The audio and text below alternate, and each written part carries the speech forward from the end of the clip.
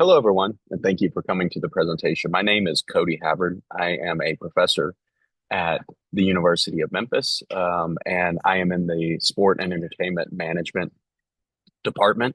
I teach sport and entertainment marketing and promotions. I also teach a course about the Walt Disney Company, and about group behavior and how group behavior impacts a lot of what we do, and a lot of the ways that we perceive others and the ways that we treat others.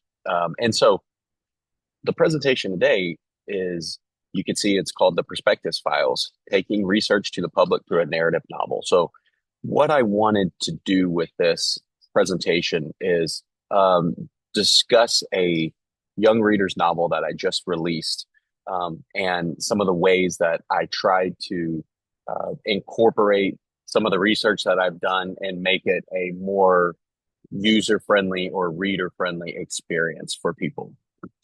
So first, I think a lot of academics have experienced seeing something on television or hearing something, reading something in the news that the academic probably thinks, well, if they would have asked me or someone else or people that I work with about this, they would know this answer, or they would know this response. They would know why this phenomenon is happening.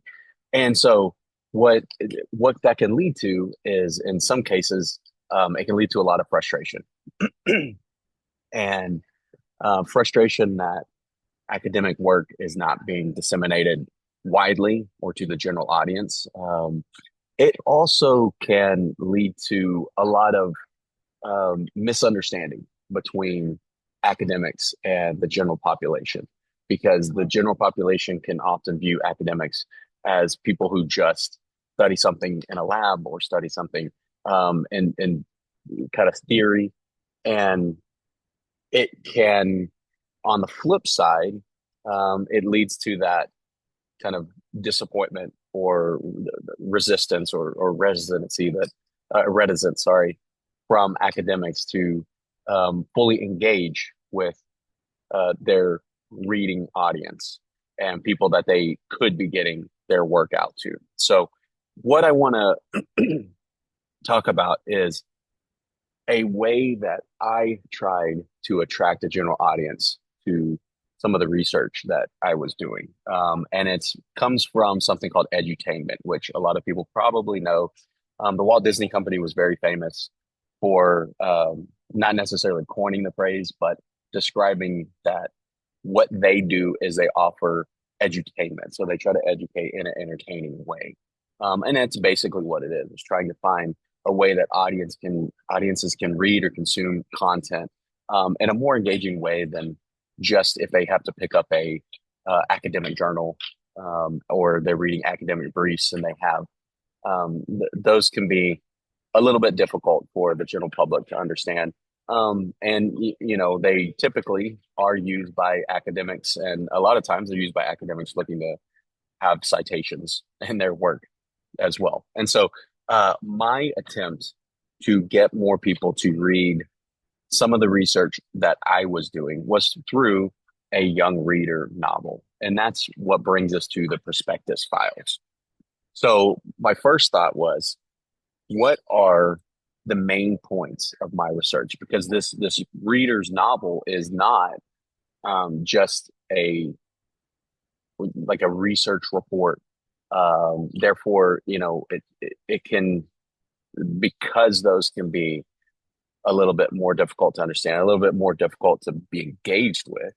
I really wanted to narrow it down to what are the two main things that are important for people to know. And one that I study is group behavior, and how the behavior and perceptions that people have, how those influence the way we view others, the way we treat others, and also how they are influenced by our life experiences and our perspectives. And if everybody has noticed the QR code in the bottom right of the screen, that's actually a link to the Prospectus Files if you would like to scan that and get a copy from Amazon. It's available in Kindle, hardback, and paperback. Hopefully in Audible soon. So what I did with the Prospectus Files is it's basically It's a young reader novel about teenagers learning about group behavior, perspectives, and how their life experiences and other life experiences influence people. And so, what I tried to do briefly is create an entertaining narrative, entertaining storyline. So, in just a little bit, I'll get to some of the main characters of the book um, that people can hopefully follow and hopefully become engaged with these characters. One thing that I have started to do outside, excuse me, or now that the book has been released, is writing short stories about each one of these characters and about different aspects of their life. And also, I have Easter eggs on there because I'm a huge fan of the 80s and 90s. I grew up in the 80s and 90s. That was my childhood. And so there are a lot of Easter eggs in there for movies from the 80s and 90s. There are a lot of Easter eggs from, also a big Disney fan. There's a lot of Easter eggs from Disney. There are on sharedperspectives.org, which is my website. I list all of the Easter eggs, or I am putting a list of the Easter eggs on that website so people can see and people can make further connections during their reading of the work. So, onto the characters. The Perspectives Files is about two teenagers, Elliot Clark and Jules Solitan. And Elliot is a nod to Elliot's Dragon, or Pete's Dragon, sorry, Elliot the Dragon in that movie. And Jules Soliton is a nod to my love of Jules Verne in 20,000 Leagues Under the Sea. So her first name being Jules, her last name is Nautilus spelled backwards. So these two are high school juniors and they are living their normal lives and then discover that they are being recruited to join a secret organization. And this organization called Shared Perspectives, um, it has been around from the beginning of time, and they are responsible for monitoring people's decisions and learning for the future. And at times, they can they can intervene to show people different outcomes from their decisions. However, once a decision is made, they shouldn't intervene because when they if they do that, then it causes a situation much like would be in Back to the Future and other movies like that, which those Easter eggs appear in the book as well. And so these two high school juniors, once they find out that they are being recruited to this organization, their lives and relationships kind of change, and the people that they meet, the relationships they uh, share with each other, kind of evolve through this story. So some of the other um, characters and uh, organizations. First, you'll see Shared Perspectives. That's the secret organization that's been around for history. SP 1026. Everyone in Shared Perspectives, or everyone in this organization, has a call number that we discuss in the book. Dane at the top is their mentor. He's in charge of recruiting and training Jules and Elliot and getting them ready to protect history and protect society. We also have SP 4939, Kate, who is a history expert and especially an expert on Walt Disney history. That she helps the teenagers during their the later part of the book and the later part of their journey.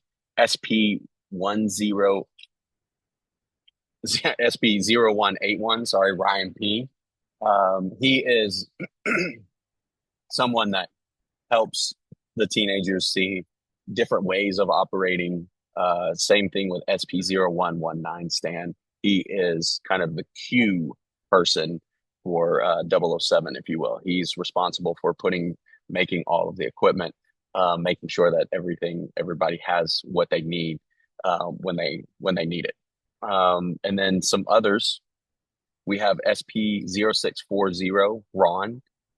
He is a member of SP and has been since childhood. He's an entertainer. He actually is based on a character, or the character is based on the real life, a real life person who was the first walk around character or walk around dream finder when Epcot Center opened in the early 80s. SP 2119 Ryan B. He is responsible for helping the teenagers understand how our minds work and how um, our perceptions or our life experiences influence how the mind works and how we think about things. SP 4125 Carissa is an expert on themed entertainment and an expert on World's Fairs, and the she helps the teenagers in various situations learn more about how our environments influence us. And then we have SP 1964 Eleanor. She's the director of Shared Perspectives. And so all of these characters combine to interact with Jules and Elliot in some way. The story really begins with the two teenagers. It's kind of a true three act story, if you will. The teenagers learn that they are being recruited to this organization. They're very hesitant to join the organization. There's a lot of back and forth between them and between Dane, their supervisor. And this early part of the book is really where a lot of the kind of tidbits of research that I have done enter the book. And so there are discussions of how groups behave, discussions of how our life experiences influence us. But then there are also times where the teenagers have to go and they have to learn from different situations, and the situations are actual historical situations. So in one chapter, they visit a meeting that happened between a USSR or a Soviet athlete and a United States athlete at the 1960 Rome Olympics. They visit um, Wimbledon when Steffi Graf and Martina Navratilova were actually playing together to discuss how those former rivals or believed to be rivals became really good friends. And they visit when the Hatfields and McCoys arguments supposedly first started, and talk about how those types of relationships and people's inability to change the way that they look at things influenced their behavior and influenced future generations' behavior.